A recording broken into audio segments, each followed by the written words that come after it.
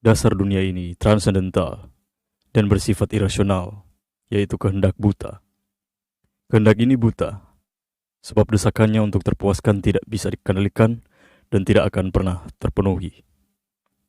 Arthur Schopenhauer. Apa yang kemudian biasanya membuat seseorang mempertanyakan pertanyaan-pertanyaan besar tentang keberadaannya di dunia ini adalah ketika ia diperhadapkan dengan apa yang kita sebut dengan krisis eksistensi. Para pemikir besar Eropa seperti Kierkegaard, Heidegger, Nietzsche, Camus, dan Sartre memiliki concern yang sama dalam menghadapi krisis ini, sekalipun masing-masing dari mereka saling berseberangan soal banyak hal. Para pemikir ini menyumbangkan banyak ide-ide yang kemudian kita kenal dengan eksistensialisme. Mengapa kita hidup di bagian dunia yang sepertinya lebih buruk dari bagian dunia lainnya? Mengapa kita mengalami kejadian tertentu secara acak tanpa kita izinkan? Mengapa kita harus mengerjakan pekerjaan konyol kita sekarang dan tidak melakukan pekerjaan lain? Mengapa kita harus mencintai apa yang telah ditentukan masyarakat luas dan harus mematuhi norma-norma sosial? Singkatnya, kita tersadar bahwa kita seharusnya lebih bebas memilih dari apa yang sekarang telah kita lakukan. Seiring dengan kesadaran tersebut, kita merasa terpenjara oleh karena kebebasan itu sendiri dan menjadi cemas akan apa yang seharusnya kita perbuat. Aku bebas, itulah sebabnya mengapa aku tersesat. Franz Kafka. Padahal, di saat bersamaan, tidak ada orang yang peduli akan apa yang kita pilih dan tanggung jawab kita sepenuhnya berada di tangan kita, bukan ditentukan oleh dunia sosial. Kita menguasai kematian, ketika kita seharusnya membentuk kembali cara kita hidup.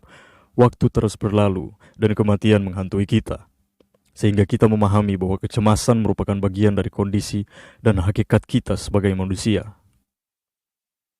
Dalam pemahaman seorang eksistensialis, seorang individu bermula pada apa yang disebut sebagai sikap eksistensial, yaitu semacam perasaan disorientasi, bingung, atau ketakutan di hadapan sebuah dunia yang tampaknya tidak berarti atau absurd. Tema yang sering berulang dalam karya-karya filsafat eksistensialis adalah pertemuan yang terus-menerus dengan absurditas, sebagaimana dilihat dalam mitos Sisyphus Albert Camus. Dalam esai ini, Camus memperkenalkan filsafat absurdnya, pencarian makna yang sia-sia oleh manusia, kesatuan dan kejelasan dalam menghadapi dunia yang tidak dapat dipahami, yang tidak memiliki Tuhan dan kekekalan. Apakah realisasi tentang yang absurd ini harus dijawab dengan bunuh diri? Kamu menjawab tidak. Yang dibutuhkan adalah pemberontakan. Ia kemudian membentangkan sejumlah pendekatan terhadap kehidupan yang absurd.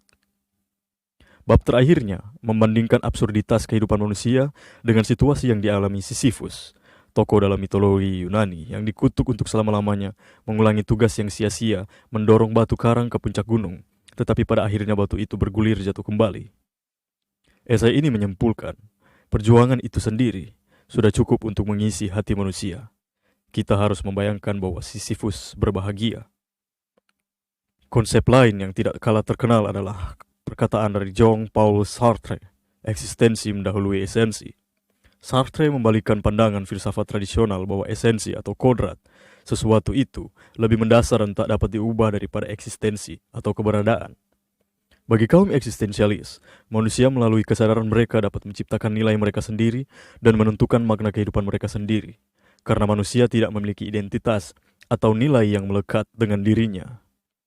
Identitas atau nilai ini harus diciptakan oleh individu sepenuhnya. Dengan ini, mereka dapat menjadikan keberadaan mereka lebih bermakna.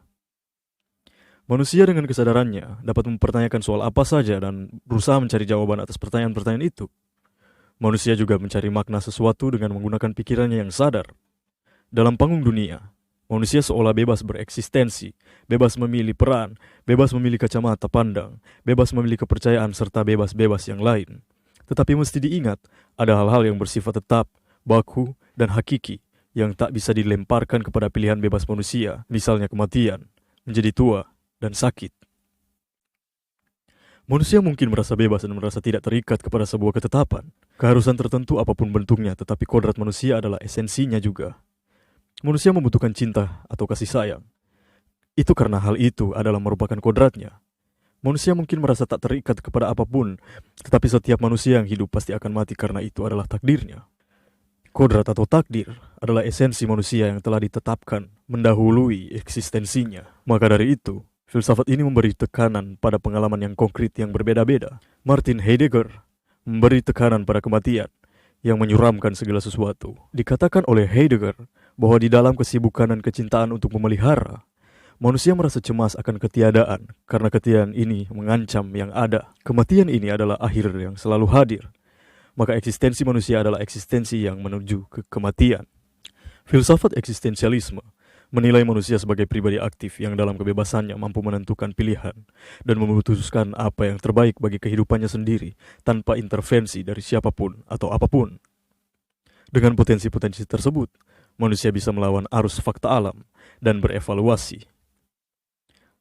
Namun dalam proses kehidupan, manusia tidak bisa melepaskan diri untuk menghadapi faktisitas yang menghadirkan kompleksitas krisis.